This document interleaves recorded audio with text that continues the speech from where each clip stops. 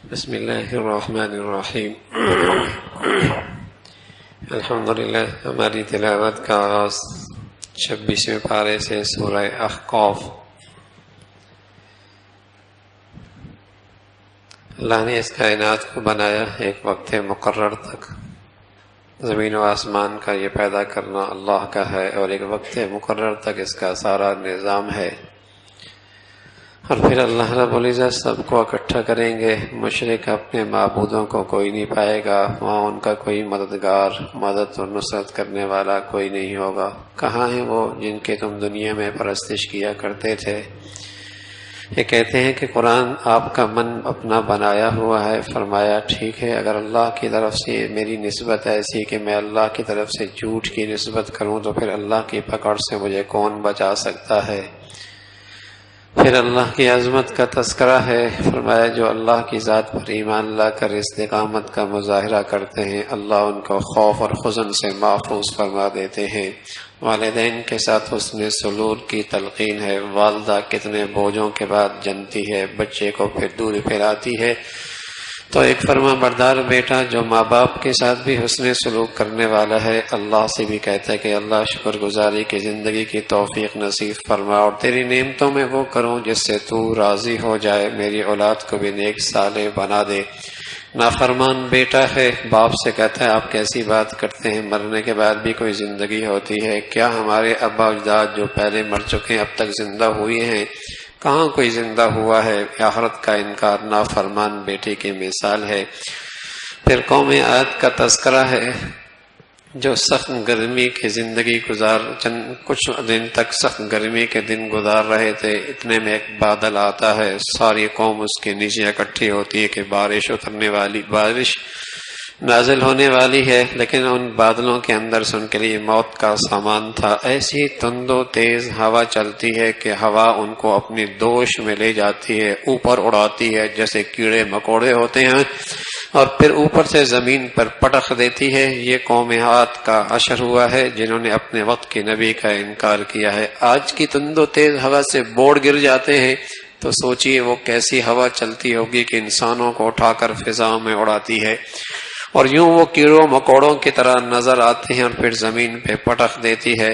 تو اللہ نے اس قوم کا ہی حشر تذکرہ فرمایا۔ مکہ والوں سے کہا تم سے زیادہ طاقت میں، قوت میں، صحت میں تھے، ان کا حشر یہ ہوا، تم اللہ کو کہاں عاجز کر سکتے ہو اگر نافرمانی پہ اتر آئے؟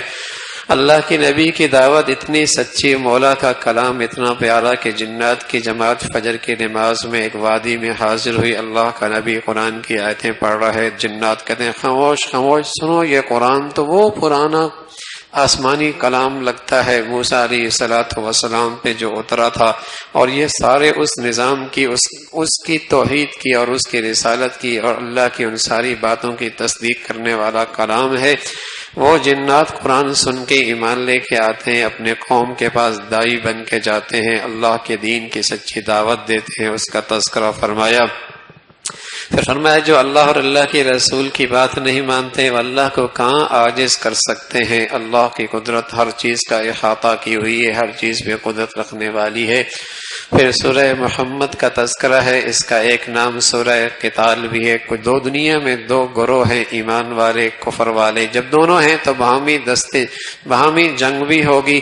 ایمان والے اللہ کی خاطر لڑتے ہیں اور کافر اپنی کفریہ نظام کے خلاف لڑتے ہیں۔ تو فرمایا ایمان والوں سے کہا جب کافروں سے تمہاری مٹھ بھیڑ ہو تو ان کے گردنیں اڑا دو، فضرب الرقاب، اور جو پکڑے جائیں انہیں خوب قید کر لو۔ اب تمہاری مرضی ہے، چاہے تو انہیں احسان کر کے آزاد کر دو، چاہے اپنے قیدی اس کے بدلے میں چھڑا لو، چاہے ان سے فدیہ لے کر ان کو چھوڑ دو، اور یا پھر انہیں غلام اور باندی بنا دو، اس کی بھی اجازت دی ہے۔ یہ سارا انداز بتایا ہے۔ اہل ایمان سے کہا جب تم اللہ کے دین کے لیے کھڑے رہو گے اللہ بھی تمہارے ساتھ اپنی مدد اور نصرت کے ساتھ کھڑا ہوگا۔ جب تم دین کی مدد کرنے پہ آؤ گے اللہ تمہاری مدد کرے گا، یہ اللہ کی سنت ہے۔ کافروں کا کوئی معیار و مددگار کوئی نہیں، تمہارا مولا تو اللہ ہے، تمہارا مددگار تو وہ ہے۔ کافروں کی ساری زندگی کے دوڑ شہوت تک، پیٹ تک ہے، وہ پیٹ اور پیٹ اور شہوت تک ان کی زندگی کی ساری دوڑ ہے، ایسے کھاتے ہیں جیسے جانور کھاتے ہیں، زندگی کا مقصد ہی ان کا یہی ہے۔ اللہ نے اہل ایمان کے لیے جنت رکھی ہے، جنت کا منظر نامہ ذکر فرمایا جس کا وعدہ اللہ نے پرہیزگاروں سے کیا ہے۔ وہاں دودھ کی نہریں، شہد کی نہریں، میٹھے پانی کی نہریں، شراب کی نہریں یوں بہہ رہی ہوں گی، اور ان کے لیے وہاں ہر قسم کا پھل ہوگا۔ اس کے مقابلے میں جہنمیوں کا حال یہ، پینے کے لیے گرم پانی، اور بس اوقات جہنمیوں کے جسم سے نکلے پیپ اور خون کی شکل میں چیزیں، وہ ان کا پانی ہوگا، اور جب پیئیں گے تو اندر کی آنتیں باہر آ جائیں گی، اس کا تذکرہ فرمایا۔ پھر اہل ایمان پر جب آسمان کی آیتیں، قرآن کی آیتیں اترتی ہیں تو ایمان میں اللہ کے تعلق میں اور اضافہ ہوتا ہے۔ منافقین پر بھاری اترتا ہے کہ یہ حکم کیسا آ گیا، یہ بڑا مشکل حکم ہے، اس کا تذکرہ فرمایا۔ پھر اللہ رب العزت نے اس دنیا کی ناپائیداری کا تذکرہ فرمایا۔ یہ کھیل تماشا ہے، آیا کون بناتا ہے، کون رہتا ہے، کون کماتا ہے، کون کھاتا ہے، کون تجوریاں بنتا ہے، کون استعمال کرتا ہے، یہ تو دنیا کا ایک تماشا لگا رکھا ہے۔ فرمایا تم اللہ کے لیے خرچ کرو گے، بخل کرو گے، اپنا نقصان کرو گے، اللہ کے دین کے دفاع پہ کھڑو گے، تمہارا بھلا ہو جائے گا، ورنہ اللہ تمہیں اٹھا کر کسی اور کو کھڑا کر دے گا، وہ اللہ کے دین کے لیے خدمت کرنے کے لیے اور دین کی نصرت کے لیے وہ کھڑا ہو جائے گا۔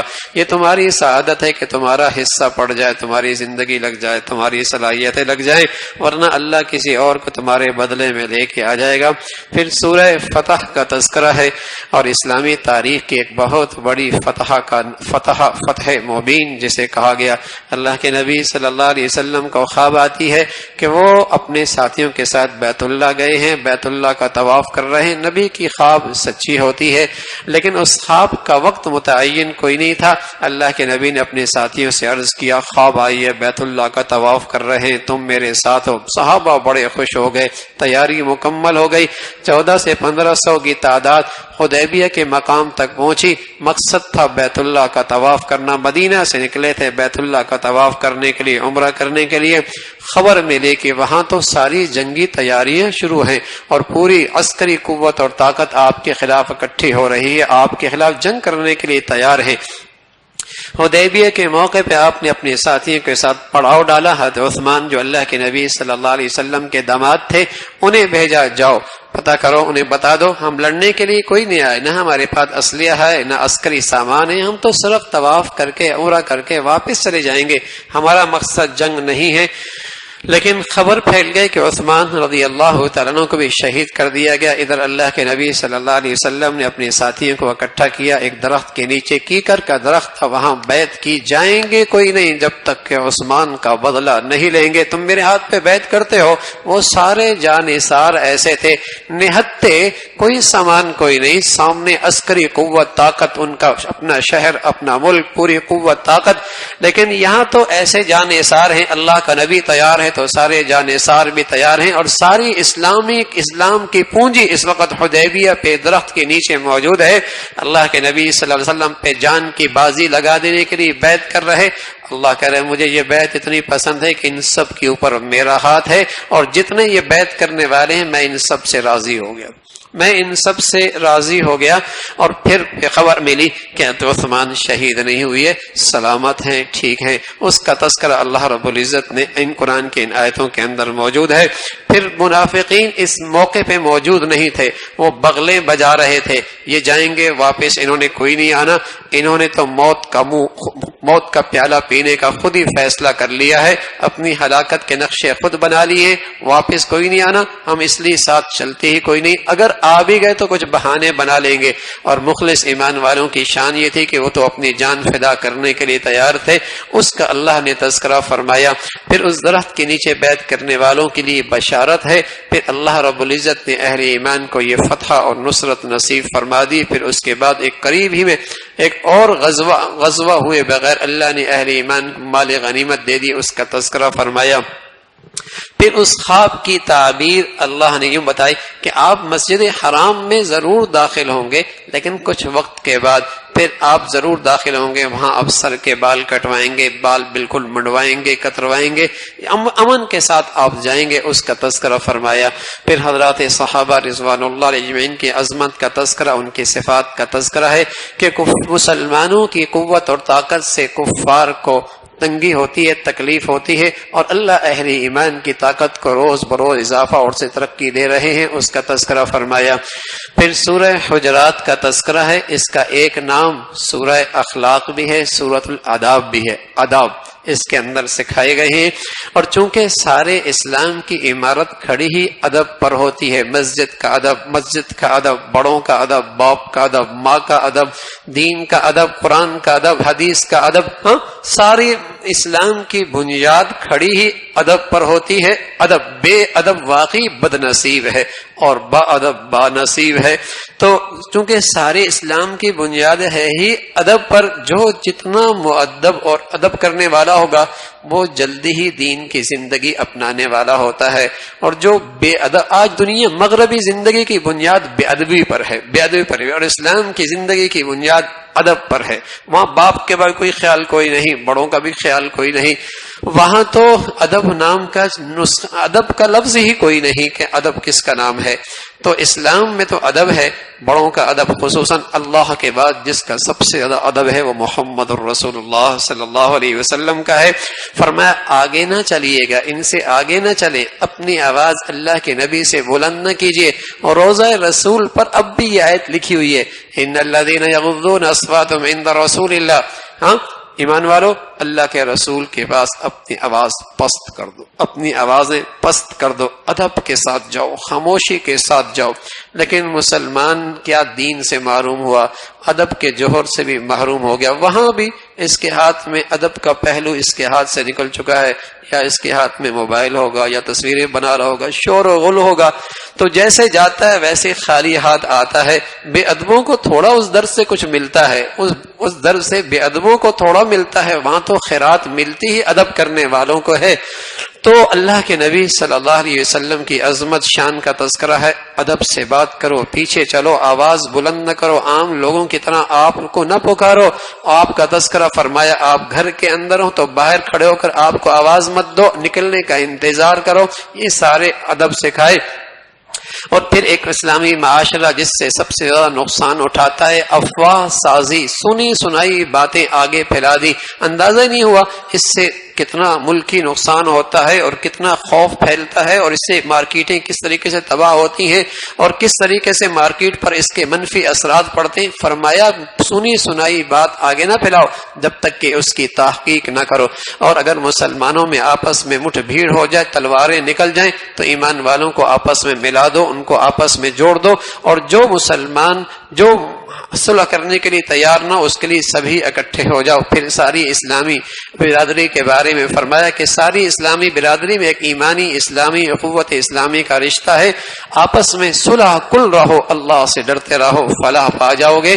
پھر اللہ نے اہل ایمان سے کہا کوئی کسی سے مذاق نہ کرے، منی مسخرہ نہ کرے، کسی کو حقیر نہ جانے، کیا پتا اللہ کے ہاں وہ تم سے بہتر ہو، نہ کوئی مرد نہ کوئی عورت، اور کسی کو برے القاب سے مت پکارو، تجسس مت کرو، بدگمانی مت کرو، اور غیبت مت کرو، کسی کے پیٹھ کے پیچھے ایسی باتیں جو اس کے سامنے کی جائیں تو اسے ناپسند ہے، یہ غیبت ہے۔ اور اگر کوئی یہ سچ ہے یا جھوٹ یہ الگ بات ہے، اگر جھوٹ ہے تو وہ تو بہتان ہے، دنیا میں ایسے شخص کے لیے 80 کوڑے ہیں۔ کہ غیبت یہ ہے کہ کسی کے پیٹھ پیچھے ایسی بات کرنا، سامنے کرنے سے اسے ناگواری برے۔ فرمایا یہ ایسا گندھا گناہ ہے کہ جیسے کوئی آدمی اپنے مردے بھائی کو دسترخوان پہ لاتا ہے اور پھر اسے نوچ نوچ کے کھاتا ہے۔ یہ کوئی انسان تھوڑی ہے، جانور ہے، جانور کوئی کھا سکتا ہے مردے کو، انسان تو کھا ہی نہیں سکتا۔ فرمایا یہ گناہ کرنے والا انسان تو رہا نہیں، یہ تو ایسا ہے جیسے مردے کو کھا رہا ہے۔ پھر اللہ رب العزت نے اہل ایمان سے فرمایا تمہارے رنگ، نسل، برادری یہ سارے تمہاری پہچان کے لیے ہیں، یہ کراچی کا ہے، یہ پنجاب کا ہے، یہ بلوچستان کا ہے، یہ سرحد کا ہے، یہ تمہاری نفرتوں کا باعث نہیں ہے، یہ رنگ، نسل، زبان یہ تو تمہاری پہچان کے لیے ہے۔